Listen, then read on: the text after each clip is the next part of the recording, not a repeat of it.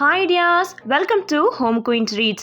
நம்ம Home Queen Treatsல இன்னைக்கு mushroom biryani வந்து பண்ணியிருக்கேன். ஸோ இது வந்து நான் கொஞ்சம் வித்தியாசமான ஒரு ஸ்டெப்பில் பண்ணேன். அந்த ரெசிபியை தான் இப்போ நான் உங்கள் கூட ஷேர் பண்ணிக்கிட்டு இருக்கேன். இந்த மாதிரி மஷ்ரூம் பிரியாணி பண்ணிங்கன்னா உண்மையிலே ரொம்ப டேஸ்ட்டாக இருக்கும். வெஜிடபிள்ஸ்லையுமே உங்களுக்கு மசாலா இறங்கி நல்ல உப்பும் காரமும் சேர்த்து இருக்கணும்னா இந்த வீடியோவை ஸ்கிப் பண்ணாமல் பாருங்கள். நிறைய டிப்ஸ் நான் சொல்லியிருக்கேன். கூடவே கத்திரிக்காய் கட்டா வச்சு சாப்பிடும்போது ரொம்பவே நல்ல ஒரு டேஸ்ட்டில் இருக்கும். வாங்க இப்போ இதை எப்படி பண்ணுறதுன்னு பார்க்கலாம்.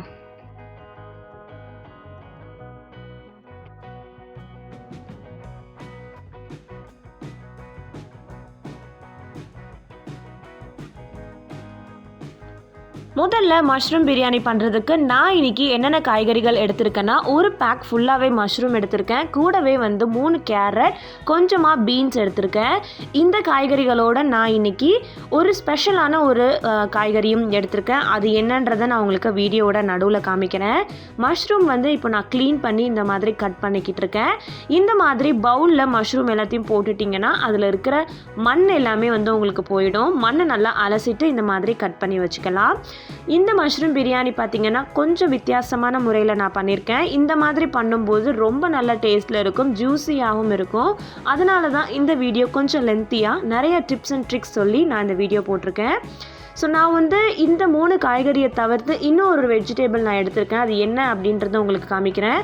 அந்த மாதிரி வெஜிடேபிள் வந்து மோஸ்ட்டாக பிரியாணிக்கு யாருமே போட மாட்டாங்க. பட் மஷ்ரூம் பிரியாணிக்கு கண்டிப்பாக நான் யூஸ் பண்ணுவேன்.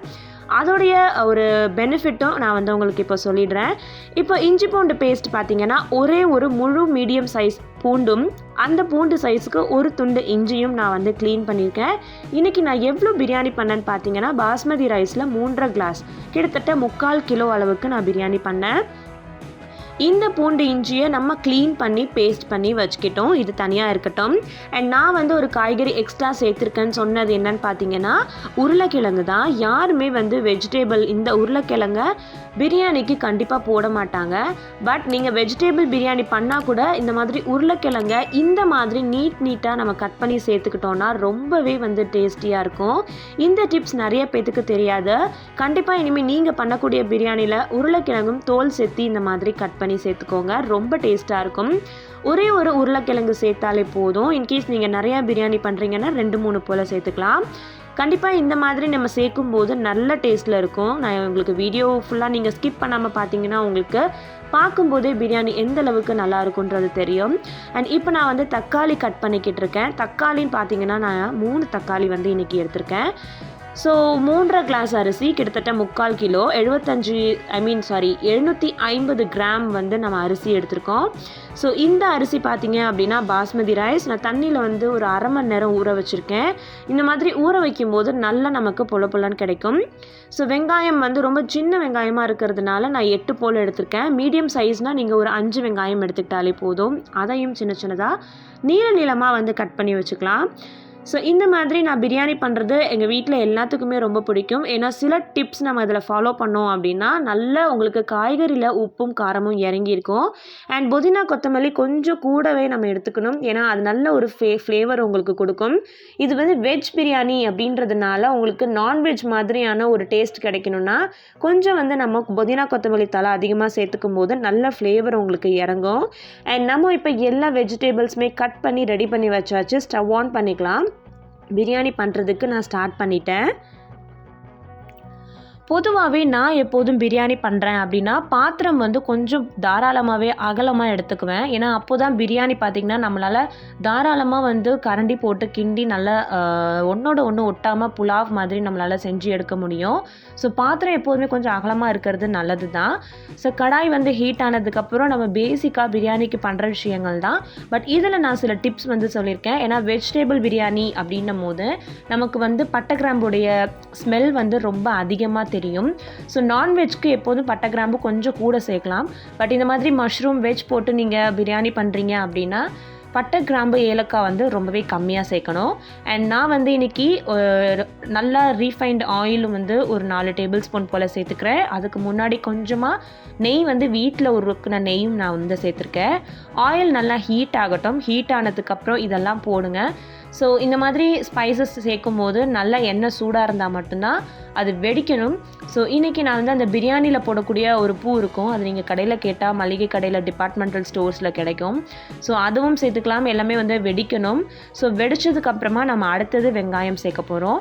அண்ட் வெங்காயம் சேர்த்ததுக்கப்புறம் இன்றைக்கி நான் 2 பச்சை மிளகா சேர்த்துக்கேன். எப்போதும் போல் பேசிக்காக எப்படி நம்ம பிரியாணிக்கு வெங்காயம் கோல்டன் ப்ரௌன் ஆக்குவோமோ அந்தளவுக்கு நல்ல டார்க் ப்ரௌன் வர வரைக்குமே நம்ம வதக்கணும். இப்போ நான் வெங்காயம் சேர்த்துக்கிறேன்.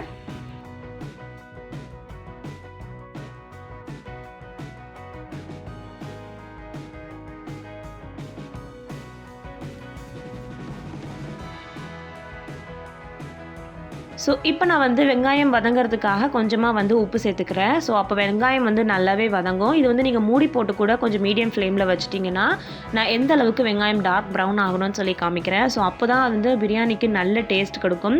அண்ட் இன்னும் உங்களுக்கு வேணும்னா இது நல்ல டார்க் ப்ரௌன் ஆனதுக்கப்புறம் கொஞ்சம் வெங்காயம் நீங்கள் வெளியில் கூட எடுத்து வச்சுக்கலாம். ஏன்னா கடைசியாக பிரியாணி பண்ணி சாப்பிடும்போது மேலே வந்து அந்த பொரிச்ச ஆனியன் போட்டு சாப்பிடும்போது இன்னும் வந்து நல்ல ஃப்ளேவர் கொடுக்கும். ஸோ அதுக்காக இது வேணும்னா கூட நீங்கள் கொஞ்சம் வெங்காயம் வந்து எடுத்து வச்சுக்கலாம். இப்போ வெங்காயம் நல்லா கோல்டன் ப்ரௌன் ஆனதுக்கப்புறம் தக்காளி வந்து நம்ம 3 போல் இன்றைக்கி எடுத்துருக்கோம். ஸோ அதையும் சேர்த்து அதோட ஜூஸ் வந்து எண்ணெயில் இறங்குற அளவுக்கு நல்லா வந்து வதக்கி விட்டுக்கோங்க. இது வந்து ஒரு 5-6 நிமிஷம் ஆகும். ஜூஸ்லாம் நல்லா வந்து இறங்கணும். ஸோ அதுக்கப்புறம் நம்ம அடுத்த இன்க்ரீடியன்ட் சேர்க்கலாம். நம்ம வந்து இன்றைக்கி இஞ்சி பூண்டு பேஸ்ட் வந்து அரைச்சி வச்சுருக்கோம். ஸோ அதையும் வந்து இப்போ நம்ம இதோட சேர்க்க போகிறோம். வெங்காயம் பார்த்திங்கன்னா நல்லா கோல்டன் ப்ரௌன் ஆகிடுச்சு. அதே மாதிரி தக்காளியும் நம்ம போட்ட ஃபுல்லாகவே வந்து எல்லாமே மசிஞ்சு ஜூஸ் ஆகிடுச்சு. ஸோ நம்ம இன்றைக்கி அரைச்சி வச்சுருக்கிற ஜிஞ்சர் கார்லிக் பேஸ்ட் இஞ்சி பூண்டு விழுது இப்போ நான் சேர்த்துக்கிறேன்.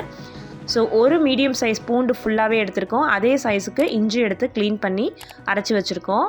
ஸோ இது கூட மிளகு ஜீரகம் சேர்த்து அரைக்கணுன்ற அவசியம் கிடையாது. ஸோ அந்த மாதிரி நீங்கள் சேர்த்து அரைச்சிட்டிங்கன்னா ரொம்ப ஸ்மெல் அதிகமாக தெரியும். ஸோ நம்ம வந்து மைல்டான ஒரு டேஸ்டியான மஷ்ரூம் பிரியாணி தான் பண்ணிகிட்ருக்கோம். ஸோ அதனால தான் பட்டை கிராம்பு ஏலக்காவும் கம்மியாக சேர்க்குறோம். மிளகு ஜீரகமும் நம்ம ஜிஞ்சர் கார்லிக் பேஸ்ட்டோட சேர்த்து நம்ம அரைக்கலை, கொஞ்சமாக பவுடர் மட்டும்தான் சேர்த்துக்க போகிறோம்.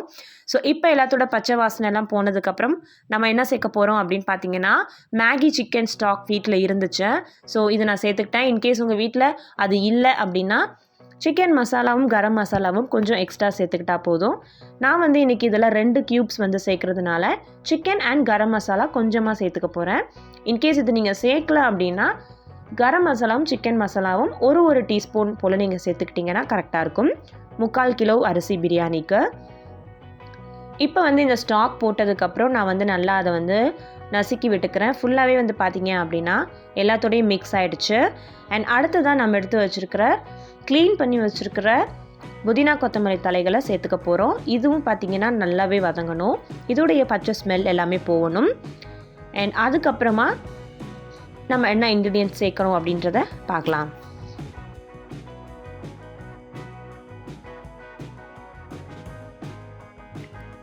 இப்போ நம்ம சேர்த்த புதினா கொத்தமல்லி எல்லாமே நல்லா வதங்கினதுக்கப்புறம் நம்ம நறுக்கி வச்சுருக்கிற வெஜிடபிள்ஸ் எல்லாமே சேர்த்துக்கலாம். கேரட் சேர்த்துருக்கேன், பீன்ஸ், இது கூட உங்களுக்கு காலிஃப்ளவர் இருந்தால் சேர்த்துக்கலாம். முட்டைக்கோஸ் இருந்துச்சுன்னா இந்த மாதிரி நீளமாக நறுக்கி சேர்த்துக்கலாம். அண்ட் நம்ம நறுக்கி வச்சுருக்கிற பொட்டேட்டோ உருளைக்கிழங்கும் சேர்த்துக்க போகிறோம். இந்த டைமில் மஷ்ரூம் சேர்த்துடவே கூடாது. ஏன்னா காய்கறிகள் வேக நம்ம டைம் கொடுப்போம். மஷ்ரூம் வந்து ரொம்ப சீக்கிரம் வெந்துடுன்றதுனால இப்போவே போட்டுட்டோம் அப்படின்னா நல்லா இருக்காது. அதனால் இந்த காய்கறிகள் மட்டும் சேர்த்துட்டு நல்லா அந்த மசாலாவில் இறங்கணும். ஒரு 2-5 நிமிஷம் மூடி போட்டு காய்கறி நல்லா வேகிறதுக்கு டைம் கொடுக்கலாம். ஸோ இதுக்கு வந்து நம்ம தேவையான உப்பு வந்து இப்போ நம்ம சேர்த்துக்கிறோம். ஆல்ரெடி நம்ம வெங்காயத்தில் உப்பு சேர்த்துருக்கோம். ஸோ கொஞ்சமாக சேர்த்துக்கிட்டா போதும். இப்போ வந்து ஒரு 1/2 டீஸ்பூன் போல் நம்ம மஞ்சத்தூள் சேர்த்துருக்கோம். இந்த மசாலா பொடி எல்லாமே சேர்த்துட்டு நீங்கள் நல்லா ஒரு நிமிஷம் வேக வச்சிங்க அப்படின்னா தான் காய்கறியில் உங்களுக்கு எல்லா மசாலாவுமே இறங்கும். ஸோ மஞ்சத்தூள் சேர்த்ததுக்கப்புறமா இப்போ நம்ம மசாலா சேர்க்கறதுனால ஒரு 1/2 டம்ளர் வந்து தண்ணி சேர்த்துக்கிறோம். மசாலா சேர்க்கறதுனால சட்டுன்னு அடி பிடிச்சிரும். அதுக்காக தான் இந்த தண்ணி நம்ம சேர்த்துக்கிறோம். ஸோ இப்போ வந்து நம்ம மசாலா தூள் எல்லாமே சேர்க்க ஆரம்பிக்கலாம். நான் இன்றைக்கி 1/2 டீஸ்பூன் வந்து ஜீரகத்தூளும் அதே அளவுக்கு 1/2 டீஸ்பூன் வந்து மிளகுத்தூள் பெப்பரும் சேர்த்துருக்கேன். ஏன்னா நான் இஞ்சி பூண்டில் வந்து மிளகு ஜீரகம் சேர்த்து நான் அரைக்கலை. அதே மாதிரி கொஞ்சமாக வந்து சிக்கன் மசாலா சேர்த்துருக்கேன். அது கூடவே பார்த்தீங்க அப்படின்னா வந்து கொஞ்சமாக வந்து கரம் மசாலா சேர்த்துருக்கேன். அண்ட் பார்த்தீங்க அப்படின்னா கொஞ்சமாக வந்து கார மிளகாய் தூள் வந்து ஒரு 1/2 டீஸ்பூன் போல் நான் வந்து சேர்த்துருக்கேன். ஸோ இந்த விஷயங்கள் எல்லாமே சேர்த்ததுக்கப்புறம் நான் வந்து என்ன பண்ண போகிறேன் அப்படின்னா, இந்த காய்கறிகள் எல்லாமே அந்த மசாலாவில் வந்து நல்லாவே வந்து வெந்து நல்லா டேஸ்ட்டாக ஸ்பைசியாக வரணும். ஸோ அதுக்காக பார்த்திங்கன்னா நான் வந்து கொஞ்சமாக வந்து தண்ணி ஊற்றாமல் லெமன் வந்து ஒரு லெமன் போல் சீட்ஸ் எடுத்துகிட்டு அதோட ஜூஸ் நான் வந்து சேர்த்துருக்கேன். ஸோ இது எல்லாமே ஒன்றா சேர்ந்து நல்லா மிக்ஸ் ஆகணும். அதுக்கு நம்ம டைம் கொடுக்கணும். நல்லா கிளறி விட்டுக்கிட்டே இருங்க. வேணும்னா மூடி போட்டு கூட ஒரு 3 நிமிஷம் நீங்கள் வந்து வேக வைக்கலாம். ஸோ அதுக்கப்புறம் நான் என்ன பண்ணேன் அப்படின்றத உங்களுக்கு காமிக்கிறேன். ஸோ இப்போ வந்து நமக்கு ஒரு 5 நிமிஷம் போல் ஆகியிருக்கேன். நம்ம எடுத்து வச்சுருக்கிற மஷ்ரூமை வந்து இந்த ஸ்டேஜில் நம்ம சேர்க்க போகிறோம். ஏன்னா மசாலா சேர்த்த ஒரு 5 நிமிஷத்தில் நம்ம மஷ்ரூம் சேர்க்கும் போது மஷ்ரூம்லேயும் நமக்கு மசாலா எல்லாமே இறங்கி ரொம்ப ஜூஸியாகவும் ஸ்பைசியாகவும் இருக்கும். அதுக்காக தான் இப்போ நான் வந்து மஷ்ரூம் சேர்த்துருக்கேன். இப்போ வந்து நல்லாவே வந்து நம்ம மிக்ஸ் பண்ணி விட்டுட்டோம். அண்ட் தண்ணி அளவு நான் முன்னே சொன்ன மாதிரி பாஸ்மதி ரைஸ்னால் 1 கிளாஸ் அரிசிக்கு 1.5 கிளாஸ் தண்ணி வைக்கணும். நம்ம இன்றைக்கி 3.5 கிளாஸ் அரிசி எடுத்துருக்கோம். அதுக்கு ஏற்ற மாதிரி தண்ணி வச்சுக்கிட்டோம். அரிசி ஒரு அரை மணி நேரம் தண்ணியிலையும் ஊற வச்சுருக்கோம். ஸோ இப்போ தண்ணி நல்லா கொதிச்சதுக்கப்புறம் நம்ம எடுத்து வச்சுருக்கிற பாஸ்மதி ரைஸ் எல்லாத்தையுமே இதில் சேர்த்துடலாம். ஸோ சேர்த்துட்டு அடிப்பிடிக்காமல் கிளறி விடணும். ரொம்ப கிளறி விட்டிங்கன்னா பாஸ்மதி ரைஸ் வந்து உங்களுக்கு உடஞ்சிரும். ஸோ ஓரளவுக்கு மீடியம் ஃப்ளேமில் வச்சுட்டு நீங்கள் கிளறி விடணும். அண்ட் இதுக்கப்புறம் நம்ம பிரியாணி எப்படி பண்ணுவோமோ அதே ப்ராசஸ் தான், தம் போடணும். ஸோ இப்போ வந்து இந்த மாதிரி லேஸாக வந்து பெரட்டி விடுங்க. ரொம்ப அதிகமாக பெரட்டி விட்டிங்கன்னா பாஸ்மதி ரைஸ் வந்து உங்களுக்கு உடஞ்சிடும். ஸோ இது வந்து நல்ல ஒரு 3/4 வெந்ததுக்கப்புறம் நம்ம தம் போட்டுடலாம்.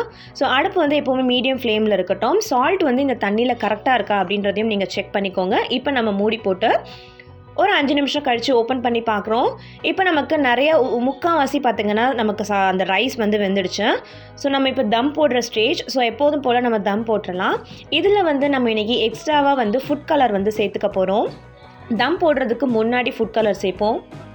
ஏன்னா நம்ம ஃபுட் கலர் சேர்க்கும்போது உங்களுக்கு ரைஸ் பார்க்குறதுக்கு மல்டி கலரில் இருக்கும் பிரியாணி சாப்பிடும்போது. அதுக்காக கொஞ்சமாக வந்து ஃபுட் கலர் சேர்த்துக்கிறோம். ஸோ இது வேண்டாம் அப்படின்னு நினச்சிங்கன்னா நீங்கள் சேர்த்துக்க வேண்டாம். அண்ட் உங்கள் வீட்டில் ரோஸ் வாட்டர் இருந்தால் கூட வந்து ஒரு அரை மூடி சேர்த்துக்கலாம். ஸோ அதுவும் வந்து ஆப்ஷனல் தான். இன்னும் வந்து உங்களுக்கு பிரியாணி ரொம்ப ஃப்ளேவராக இருக்கும், நல்ல அரோமாவாக இருக்கும். ஸோ இப்போ நம்ம வந்து ஃபுட் கலரை தண்ணியில் கரைச்சிட்டு இந்த மாதிரி சேர்க்கும்போது மல்டி கலராக இருக்கும். அண்ட் மேலே வந்து பார்த்திங்கன்னா ஒரு டீஸ்பூன் போல் நெய்யும் நான் வந்து விட்டுக்கிறேன். இப்போ நம்ம தம் போட போகிறோம். ஸோ மேலே மூடி போட்டுட்டு அதுக்கு மேலே ஒரு வெயிட் வைக்க போகிறோம். இப்படியே ஒரு 10 நிமிஷம் மீடியம் ஃப்ளேமில் அடுப்பு எரிஞ்சிட்ருக்கணும். அண்ட் அதுக்கப்புறம் அடுப்பு ஆஃப் பண்ணிவிட்டு ஒரு 15 மினிட்ஸ் தம்மில் இருந்தால் போதும். அதுக்கப்புறம் நம்ம ஓப்பன் பண்ணி பார்க்கலாம்.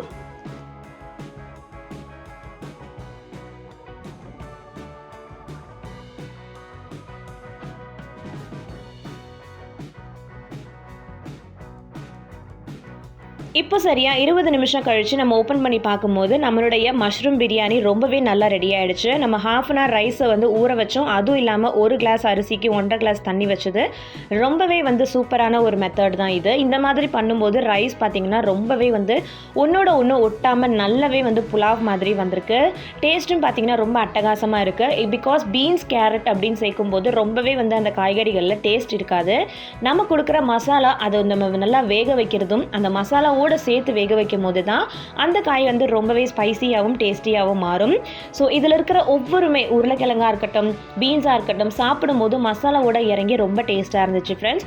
கண்டிப்பாக இந்த ரெசிபியை உங்கள் வீட்டில் ட்ரை பண்ணி பாருங்கள். நம்ம ஹோம் குக்கிங் ட்ரீட்ஸ் நீங்கள் இன்னும் சப்ஸ்கிரைப் பண்ணலாம் மறக்காமல் சப்ஸ்கிரைப் பண்ணி கூட இருக்கிற பெல் ஐக்கானில் ஆல் செட் பண்ணிக்கோங்க. ஸோ நான் போடுற புது வீடியோக்கள் உங்கள் யூடியூப் ஆப்பில் நோட்டிஃபிகேஷன் வரும். ஸ்பைசியான மஷ்ரூம் பிரியாணி ரெடி. இந்த வீடியோ உங்களுக்கு பிடிச்சிருக்குன்னா கண்டிப்பாக வந்து லைக் கொடுங்க ஃப்ரெண்ட்ஸ். அண்ட் உங்கள் ஃபேமிலி அண்ட் ஃப்ரெண்ட்ஸுக்கு ஷேர் பண்ணுங்கள். நம்ம ஹோம் குயின் ட்ரீட்ஸில் இன்னும் நிறைய வீடியோக்கள் வெயிட்டிங்கில் இருக்குது. கண்டிப்பாக தொடர்ந்து உங்களுடைய சப்போர்ட் கொடுங்க. இன்னும் எந்த மாதிரியான வீடியோக்கள் நீங்கள் எதிர்பார்க்குறீங்க அப்படின்றதையும் கமெண்ட் செக்ஷனில் கமெண்ட் பண்ணுங்கள். என்னால் முடிஞ்ச அளவுக்கு கண்டிப்பாக நான் அப்லோட் பண்ண ட்ரை பண்ணுறேன். இந்த வீடியோ பார்த்ததுக்கு நன்றி. தேங்க்யூ.